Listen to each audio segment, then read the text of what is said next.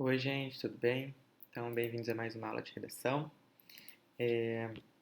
Hoje a gente vai falar sobre os principais erros gramaticais que ocorrem nas redações. Eu fiz uma pesquisa sobre isso, porque eu acho muito interessante, né? E sobre algumas alusões, tá? Que a gente consegue usar para melhorar a argumentação. Então, primeiro, vamos falar sobre os erros gramaticais mais comuns. Competência 1, né? Porque eu coloquei isso aqui. Acho que foi a minha primeira aula de redação aqui no Paralelos. Eu comentei sobre todas as 5 competências, tá? Então, se alguém não assistiu, é muito interessante para vocês entenderem no que vocês são cobrados, né? O que o avaliador, o corretor, vai cobrar de você no dia da redação. O que não pode acontecer é choques com a língua coloquial, ou seja, às vezes a gente tem um pensamento de que aquilo que a gente está colocando ali achando que é uma coisa formal, mas na verdade não. É uma coisa coloquial, né? É um termo coloquial. Coloquial é o quê? Aquela linguagem que a gente utiliza no dia a dia, né? Conversando com a nossa família, com nossos colegas, nossos amigos. Então tem que pensar que esse tipo de linguagem não pode inserir na redação, né? Na dissertação. Então é uma conversa indireta com o corretor.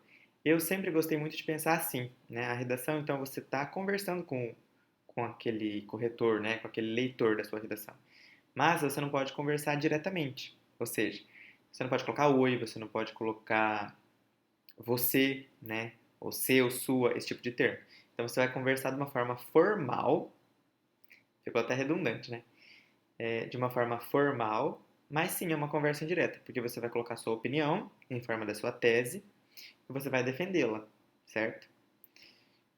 Outra dica que eu usava bastante quando eu fazia redação: usar sinônimo quando não tiver certeza da grafia de um termo.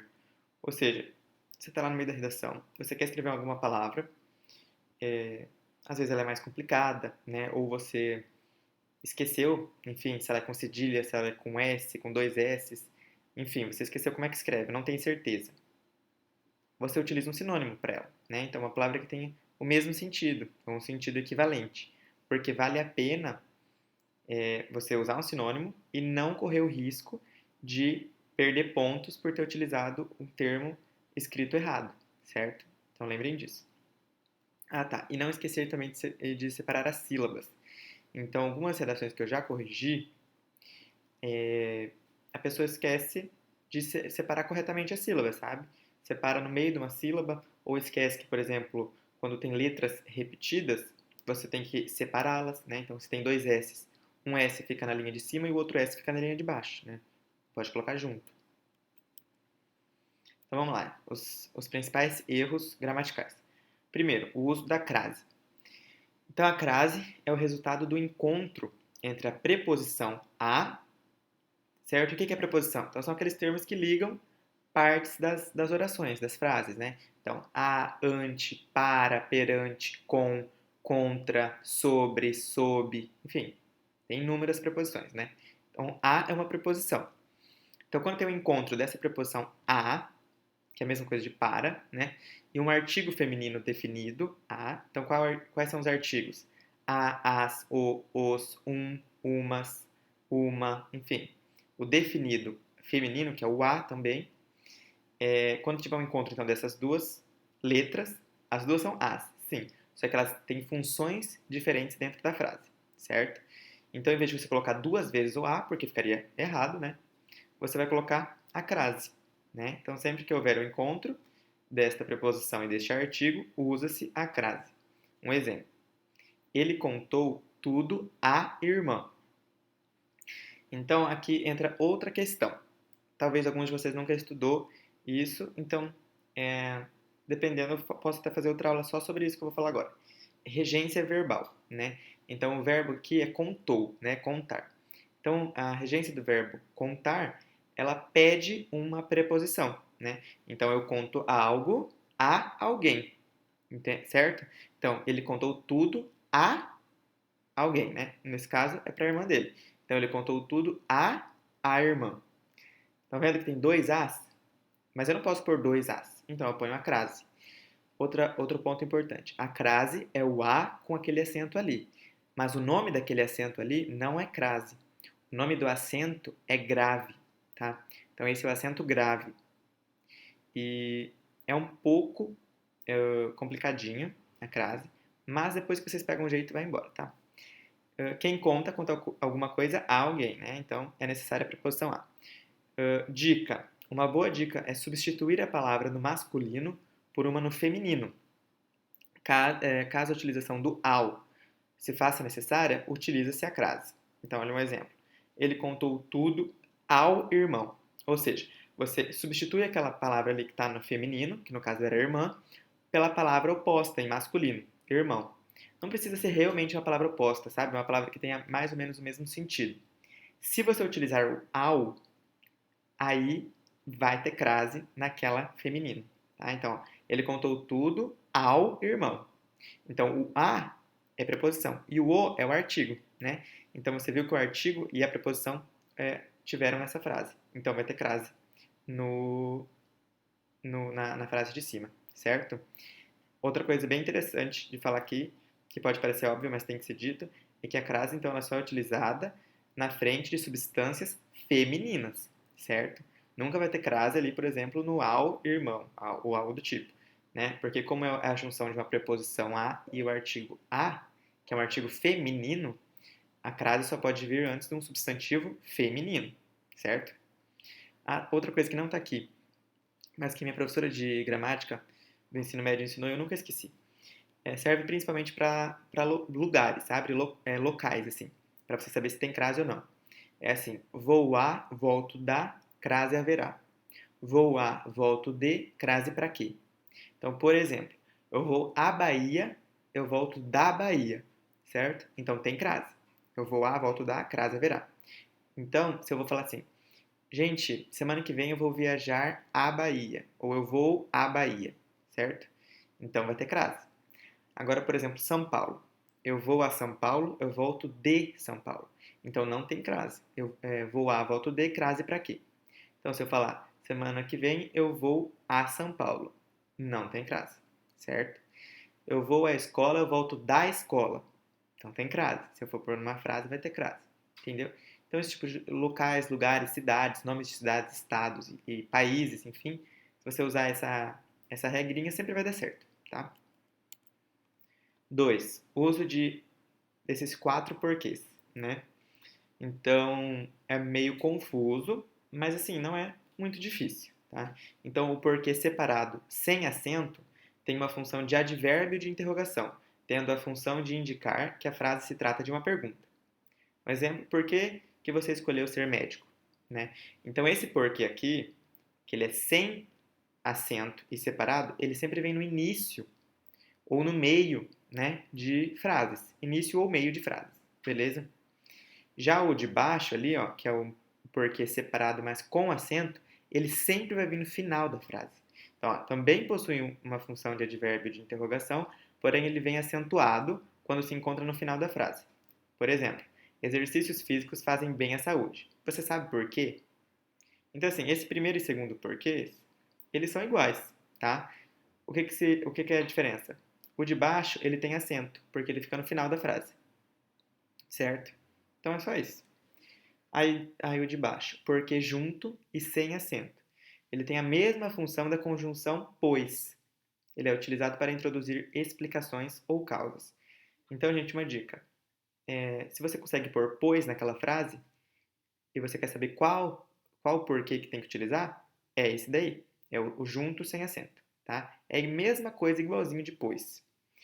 Hoje eu não vou para a festa, porque está chovendo muito. Ó, se eu colocar o pois. Hoje eu não vou para a festa, pois está chovendo muito.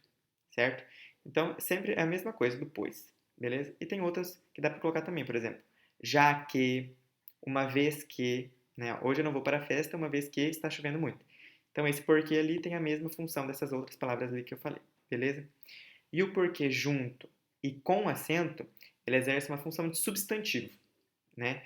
Então, ele é a mesma coisa de motivo ou razão, né? Então, o porquê. Eu não sei o porquê desta sua atitude.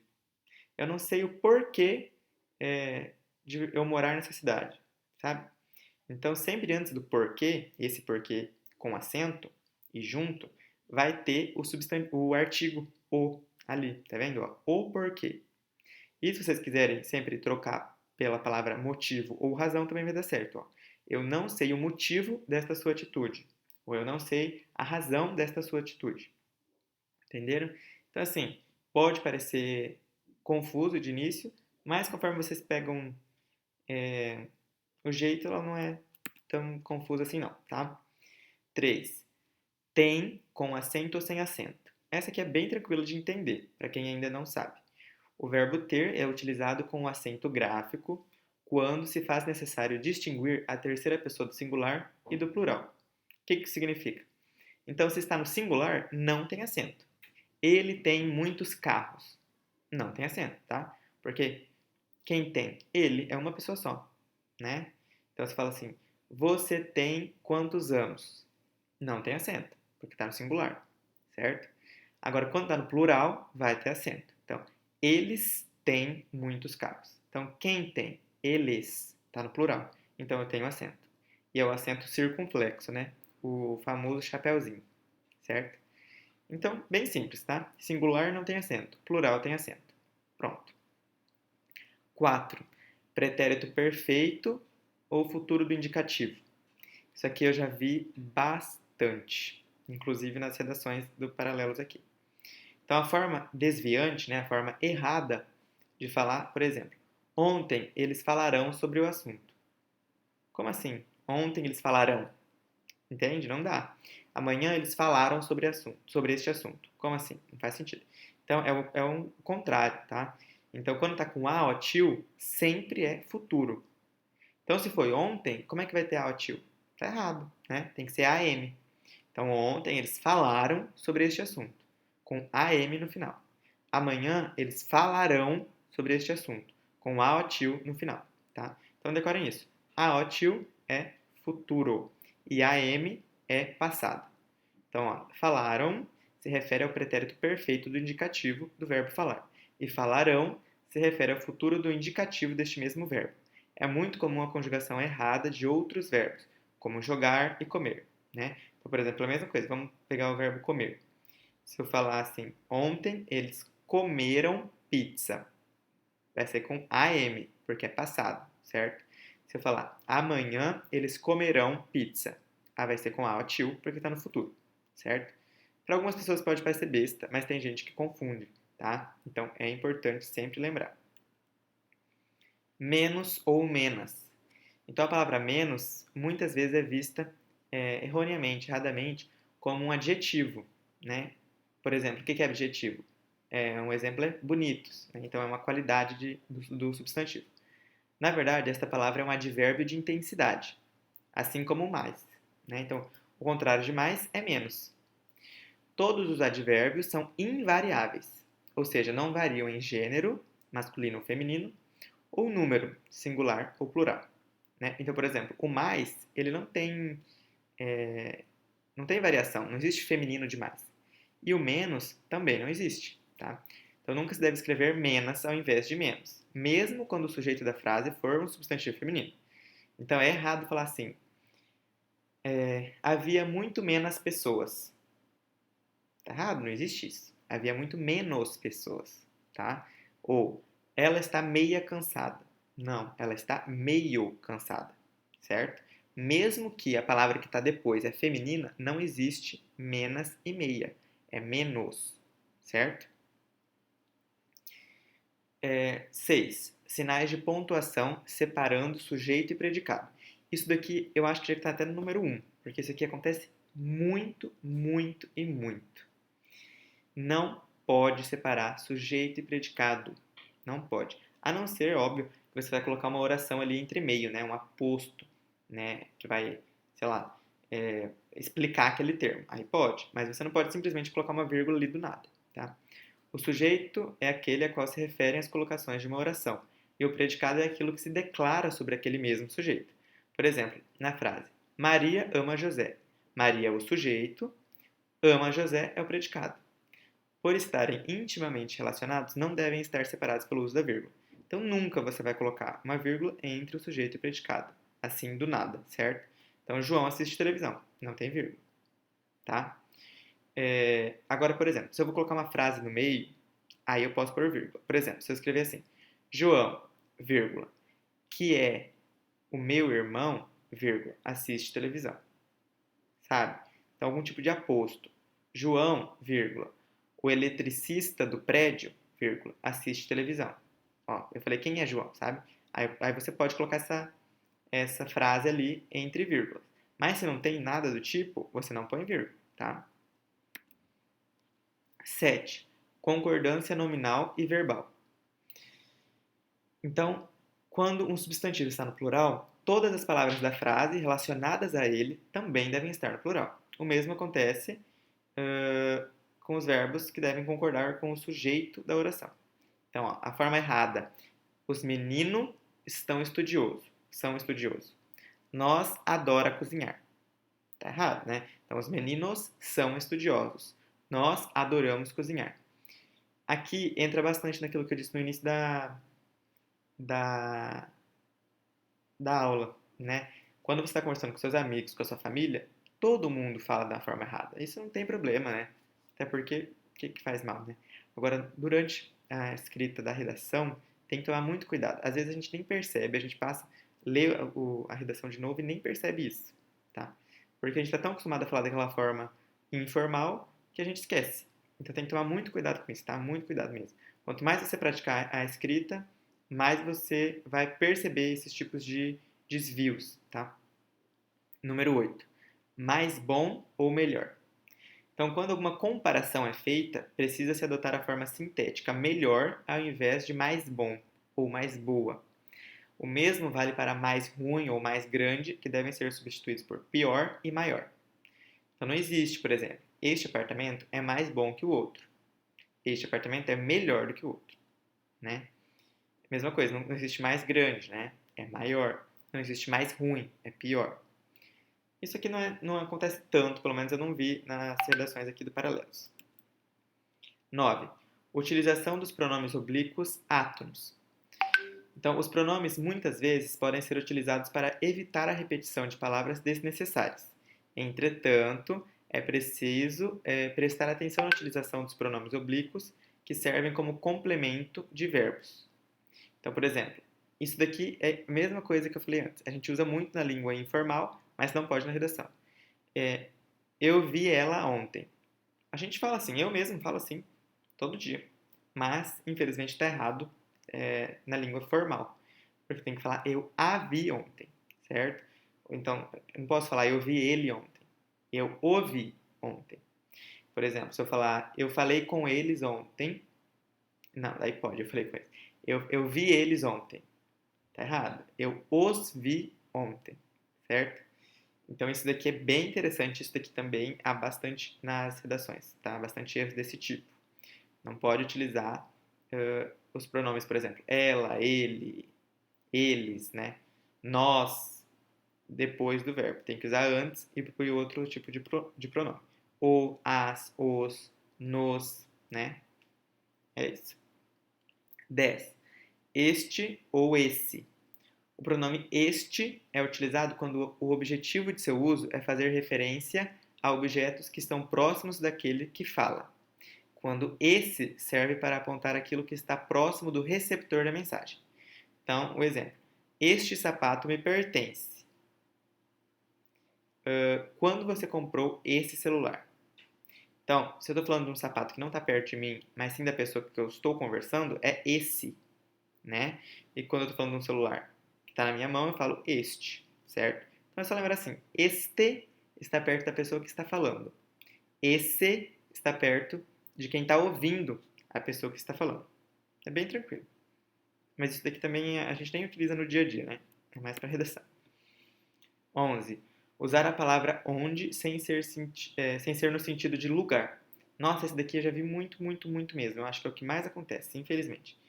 Onde tem que ser usado só para lugar, literalmente, né? Só para lugar, para mais nada. Então, um exemplo. Vargas se suicida em 1954, onde o país mergulhava numa nova era de mudanças. Onde onde é o 1954? Está errado, né? Onde só pode ser usado para lugar. Então, a palavra deve ser usada com sentido específico de lugar e não de tempo, como nesse exemplo. Então, correção. Vargas se suicidou em 1954, quando o país mergulhava numa nova era de mudanças. Tá? E fora isso também tem os pronomes relativos, entendeu? Então, em vez de você usar que, a qual, o qual, a pessoa usa onde. Então, lembre, na redação o que mais deve ser utilizado é a qual, as quais, o qual, os quais, cujo, que também é um pronome relativo, tá? O onde ele não deve ser muito utilizado, até porque você não vai falar muito de lugar, né? Mas enfim, tem que lembrar disso. Onde é literalmente só para lugares. 12. Iniciar um período novo com uma conjunção errada. Exemplo: a violência na sociedade brasileira tem alcançado níveis alarmantes, pois as autoridades ainda não conseguiram criar uma estrutura que sirva para resolver os problemas da base. Então, em geral, os alunos tendem a unir períodos dentro dos parágrafos, colocando as conjunções e, mas, pois, para começar uma nova estrutura. Esse tipo de uso deve se restringir a estruturas internas. Então, uma correção. A violência na sociedade brasileira tem alcançado níveis alarmantes. Vírgula, não ponto, vírgula, pois as autoridades ainda não conseguiram criar uma estrutura que sirva para resolver os problemas da base. Tá? Então, esse tipo de pois, porém, e, você vai usar vírgula. No caso do e, nem vírgula precisa utilizar, né?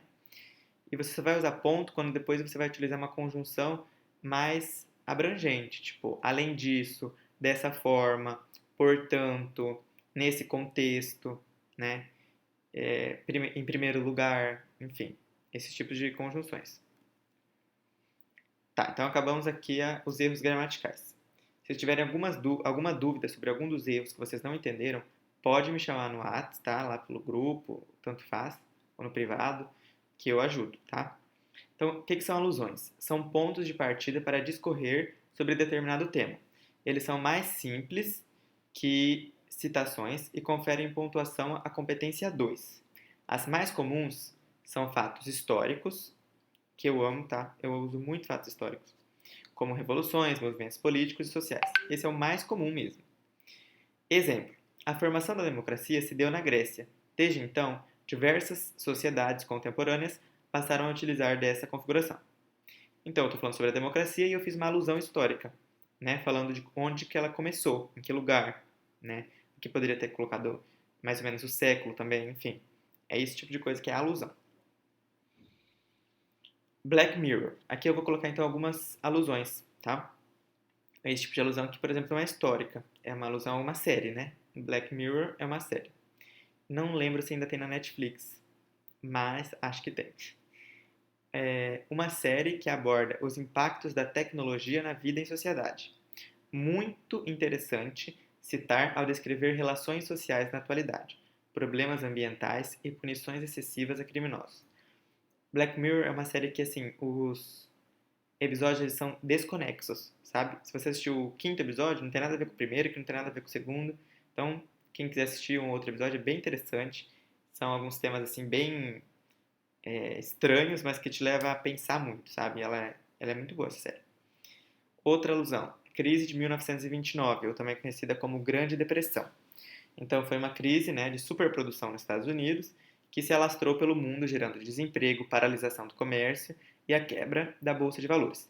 Pode ser usada em temas que abordem fome, economia, pobreza, instabilidade econômica, influência de países desenvolvidos na economia mundial e consumismo. Então, olha que interessante, olha quanto tema que você pode citar isso. Essa já é uma alusão histórica, né? É um fato histórico. Talvez vocês já viram até com um professor de história, não sei, ou professora, não sei. Então, assim, eu acredito que história e geografia são as que mais você pode utilizar para fazer alusões dentro da, da disciplina de redação, sabe? Dentro da dissertação argumentativa, porque elas dão, assim, muito conteúdo, tá? Ditadura militar no Brasil. Outra alusão histórica, tá vendo?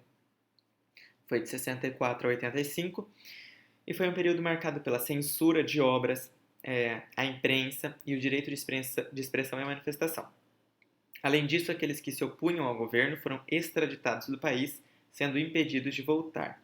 Alguns dos extraditados, como Gilberto Gil, Chico Buarque e Oscar Niemeyer. Pode ser citada em temas que envolvem liberdade de expressão, governos ditatoriais, censura e tortura. Então, se alguém chegar para vocês e falar que a ditadura militar não existiu, ela existiu, tá, gente? Não caiam nisso. Às vezes, algumas pessoas que viveram nessa época não sentiram os impactos diretos da ditadura militar, mas isso não quer dizer que ela não existiu, tá? Não estou entrando em nenhum questionamento político, só estou reiterando que a ditadura militar ocorreu e não foi boa, tá? Não foi. Ela tirou os direitos de expressão e manifestação do povo, da imprensa, ela extraditou pessoas, ela torturou e ela matou. E ela tem que ser utilizada como alusão a algo que foi ruim para o país, tá? Revolução Industrial, século XVIII. Outra alusão histórica. Revolução dos antigos meios de produção, manufaturas, para a industrialização, a qual modificou a sociedade e as relações econômicas do século. Pode ser usado para embasar temas que envolvam capitalismo e mão de obra, trabalho escravo, direitos trabalhistas, trabalho infantil, consumismo, mudanças dos valores morais da sociedade e inúmeras consequências que ainda se percebem na atualidade. Gente, Revolução Industrial, ela é até assim, é bom evitar usar muito porque ela cabe assim em quase todos os temas. Dá pra você encaixar alguma coisa, sabe? Porque ela não mudou só a indústria, ela mudou as relações entre as pessoas, entendeu? Então, até acontecer isso, as pessoas trabalhavam mais em casa, como artesãos, entendeu? E, e era muito diferente. Então, assim, ela levou a processos muito ruins dentro da sociedade, assim como ela evoluiu o processo de produção de mercadorias e a indústria num todo, certo? Então ela tem pontos muito bons e pontos muito ruins. E ela pode ser citada em muitos temas. Então, assim, ela está meio que, uh, sabe assim, muita gente já usou, não sei nem a palavra para dizer direito. Pode usar? Com certeza, tá? Mas toma cuidado para não usar muito. Não se apeguem tanto à Revolução Industrial, certo? Se na hora, ela é tipo um coringa. Se na hora da redação você não lembrar de mais nada, aí você põe ela, beleza? Porque ela é sim uma alusão histórica, ela é interessante, só que ela tá bem assim passada porque muita gente já usou, tá? Próxima, 1984, do George Orwell. É um livro, tá, gente? É 1984 é o nome do livro. Ele escreveu esse livro, se eu não me engano, é 1948, 1947 que ele escreveu. E ele estava dizendo como se fosse uma teoria, né, uma distopia de como seria em 1984. E essa distopia ela retrata um mundo governado por ditadores que modificam e apagam a história, além de oprimir os meios de expressão e comunicação. A vida dos cidadãos é 100% monitorada. Pode ser usada em temas que retratam liberdade de expressão, privacidade e censura. Então era como se fosse um Big Brother mesmo, só que de todos os cidadãos, entende? Era monitorada, eles apagaram a história, literalmente a história passada, eles não contavam a história, certo? Então é um livro bem interessante, assim, te leva a pensar em várias coisas e é muito interessante de citar, muito mesmo. O George Orwell tem outras obras muito legais também, por exemplo, A Revolução dos Bichos, não sei se já ouviram falar, que também faz várias alusões a sistemas políticos, enfim. É bem interessante mesmo. Ele é um autor que é muito legal de citar. Idade Média, né? Então, outra alusão histórica. Essas três aqui desse slide são históricas. Igual eu falei para vocês, história é o que mais dá para usar. Então, se vocês não gostem, pelo menos prestem atenção na aula, anotem algumas coisas para na hora vocês lembrarem. Então, foi um período de grandes problemas sanitários que causaram o surgimento de doenças. A questão igreja-povo e a desigualdade social pode ser utilizada para criticar condições de higiene, o surgimento de pandemias, por exemplo, a peste bubônica, que também é conhecida como peste negra, né, mas o termo certo é peste bubônica, religião, intolerância religiosa, por exemplo, a Santa Inquisição da Igreja Católica, que matavam as pessoas, né, falavam que eram bruxas, enfim, desigualdades e revoltas sociais. Então, a Idade Média é um período que assim, corresponde ali em torno de 1000 anos. Então tem muita coisa que aconteceu ali nesse período. E se você pegar assim, acontecimentos pontuais, é muito interessante citar também, tá? Gente, e outra coisa que eu quero falar. Eu acho que assim diminuiu muito o número de pessoas que estão assistindo os vídeos, que estão continuando fazendo redações, mandando redações. Então se você está assistindo, se você está fazendo as redações, você já está na frente de muita gente. Então não desistam, tá? Não desistam, continuem praticando, continuem vendo as aulas. Mesmo que vocês colocarem para vendo 2 vezes, para ir rapidão, assistam mesmo assim, vale a pena, tá? E tirem dúvidas com os monitores de redação, de humanas, de exatas, vão atrás, porque vocês estão tendo essa oportunidade, tá bom? Qualquer dúvida de redação, vocês podem me chamar sempre no privado, que eu vou estar disponível. Próximo, Brasil e Império. Período de modernização urbana, desenvolvimento da economia, ciência e cultura, propiciados principalmente pela imperatriz Leopoldina, uma ótima figura para ser citada quanto ao incentivo à educação no Brasil. Além disso, propiciou o desenvolvimento da imprensa, início das favelas, surgimento das universidades e inclusão de pessoas com deficiência na educação. O Brasil Império também corresponde a vários acontecimentos assim, que quem gosta disso é muito interessante porque dá para usar em quase todo o tempo, literalmente. Próximo, Era Vargas. É um período de grandes mudanças na política e economia brasileira. Getúlio Vargas foi responsável pela Constituição de 1934, que instituiu o voto secreto e universal, além da participação das mulheres na política. Ele também criou inúmeros avanços dos direitos trabalhistas. Eu não lembro certinho os nomes, sabe, das leis trabalhistas e tal que ele criou, porque faz muito tempo que eu vi isso. Mas, se vocês se interessarem, a Era Vargas tem muita coisa interessante que dá pra citar, sabe? Muita coisa mesmo. Então foi isso. Agora então a gente vai pro tema da semana. Eu escolhi o tema tabagismo no século XXI. Eu acho um tema bem interessante, né? Porque o tabagismo já existe há muito tempo na sociedade e no Brasil ele ainda continua bem forte, menos do que em outros países. Eu lembro que eu vi uma pesquisa aqui na Europa, acho que era Europa, lá nos países da Europa tem muito mais do que aqui, por exemplo. Mas continua assim sendo um problema, certo? Tenho quase certeza que vocês aí ou conhecem alguém, ou tem alguém na família que fuma, enfim. Texto 1, então. Tem um fumódromo nesse restaurante, né? Então um lugar para fumar? Claro, senhor, é só descer as escadas. E é o que? Um túmulo, né? Porque já foi comprovado milhões de vezes que só traz malefícios, né? Como câncer e inúmeras outras doenças e problemas na saúde. Texto 2.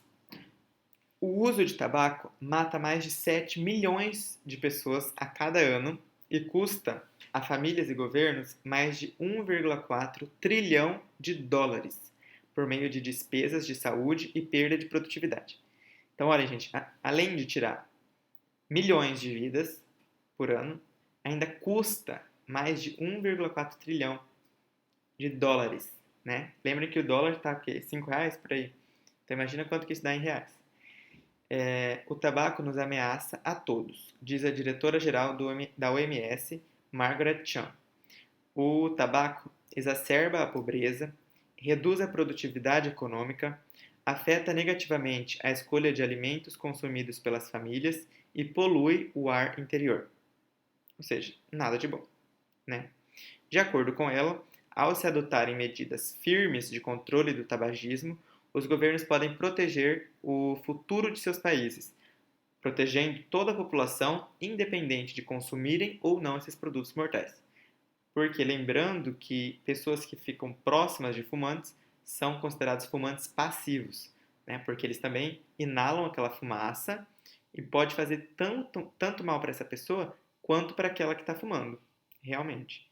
Certo? Então, por exemplo, tem familiares que fumam dentro de casa e todos que estão ali são fumantes passivos e também podem sofrer todas as doenças e tudo aquilo que pode ser de ruim, de malefício, para literalmente o fumante, certo? Texto 3. Mas se os malefícios do cigarro são tão conhecidos, por que ainda há tantos fumantes? Bem, a primeira baforada deve ser ao marketing do cigarro. Então está ligado ao marketing da indústria, né? Outras a sucedem porque a nicotina vicia mais que a cocaína, né? Então são substâncias químicas que viciam muito. E olha, muito é falado sobre a cocaína e muito se é criticado, e com razão, né? Não se deve ser viciado em cocaína, né? Nem em nicotina, nem em nada. Mas muito poucos sabem disso, né? Que a nicotina vicia ainda mais do que a cocaína. Então você imagina. Segundo o médico Daniel Denrizelin, do Hospital do Câncer de São Paulo, com apenas 7 a 14 dias de uso contínuo, o fumante está dependente. Então, gente, imagina, de 1 a 2 semanas a pessoa já está dependente. É muito rápido, muito rápido. Por isso que quando alguém fala, experimenta aí tu já vai, né? Já largar o cigarro é difícil. Só 3% das pessoas que tentam abandonar o cigarro conseguem fazê-lo. 3%, ou seja, de 100 pessoas, só 3 conseguem. É muito pouco, né? E olha, geralmente após tentar 5 vezes. Então, olha que interessante. Você leva de 7 a 14 dias para se viciar e depois você tenta até 5 vezes só para 3% das pessoas conseguir. É muito difícil. E olha que não é pouca gente tentando ficar longe da fumaça. 80% dos fumantes brasileiros dizem que querem parar. Ou seja, de cada 100 pessoas que fumam, 80 querem parar. Só que não conseguem, certo? A fórmula mais eficaz para chegar lá é usar 3 armas combinadas. 1. Medicamentos que reduzem a abstinência, que podem ser de 2 tipos. Os primeiros são antidepressivos, que reduzem a ansiedade, né? Então pode ser um fator. Os outros são os repositores de nicotina, vendidos em adesivos ou chicletes. Eles fornecem nicotina suficiente para evitar a abstinência, mas não contêm alcatrão, que é o mais nocivo. Então, junto com a nicotina dos cigarros tem o alcatrão, que é a substância mais nociva. Então, esses adesivos, eles ajudam para a pessoa conseguir ir parando aos poucos, certo? 2. Psicoterapia. Para identificar as situações em que há risco de fumar e ajudar a enfrentá-las. Né? Então, psicólogos por ali. E 3. Apoio dos amigos e da família. Então, é muito importante que as pessoas ao seu redor, né, te apoiem para você parar.